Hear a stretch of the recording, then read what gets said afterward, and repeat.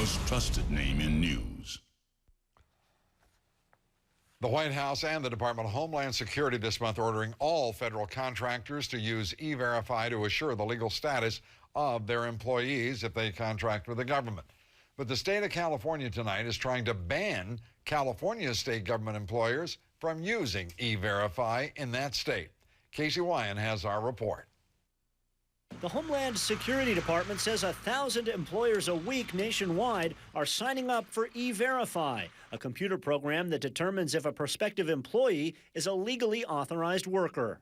I would estimate that almost, maybe actually more than 10% of the new hires being hired in the United States are currently being run through this E-Verify system. We have almost 70,000 employers currently enrolled. The system works. Chertoff says E-Verify has a 99.5% accuracy rate and that discrepancies are usually resolved within 2 days. But advocates of expanded rights for illegal aliens claim it's unreliable and can lead to discrimination against legal workers. The California Assembly has passed a bill that would prevent state agencies from using E-Verify and prohibit counties and cities from requiring businesses to use the program. Sponsor Felipe Fuentes says in a statement, widespread use of this system will have a devastating impact on California businesses and workers, creating workforce confusion, instability, and economic harm to the state.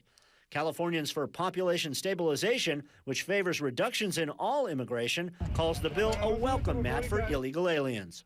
If this legislation was passed and signed by the governor, it would be a message worldwide that if you can get to California, you can get a job, and the state of California and law enforcement will do nothing about your illegal presence in our country. The bill is now before the California Senate. Republican Tom McClintock wrote Governor Schwarzenegger this week, asking him to follow the federal government and require all state contractors to use E-Verify.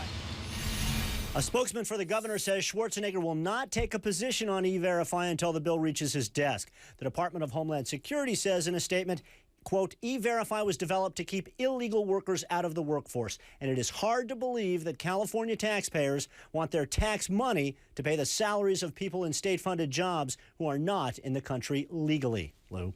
Well, I think that's well put. But the next question is, how in the world can Fuentes and the leadership in the House, I mean, this is straightforwardly, this goes beyond sanctuary. This is absolute encouragement, aiding and abetting, and really saying, come on down. You're illegal, but you're home. And you know, this bill only targets the state and state contractors, but they're hoping, they say this, that they're hoping it sends a message to all employers in the state of California not to use this program. It's an encouragement for illegal aliens to continue working here, Lou. As the saying goes, there ought to be a law.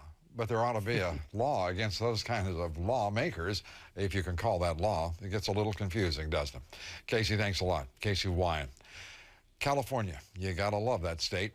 Private companies have been using E-Verify, of course, for more than a decade now on a purely voluntary basis. Thousands upon thousands of those companies are located in California. California is second only to Arizona when it comes to the number of businesses now using the E-Verify system on that voluntary basis. Homeland Security Secretary Michael Chertoff says the new federal order could apply to millions of workers doing business with the federal government. Time now for our poll. The question is, are you outraged that the state of California would argue against verifying the authenticity and legality of its employees? Yes or no? Cast your vote at LouDobbs.com. We'll have the results here later. Up next.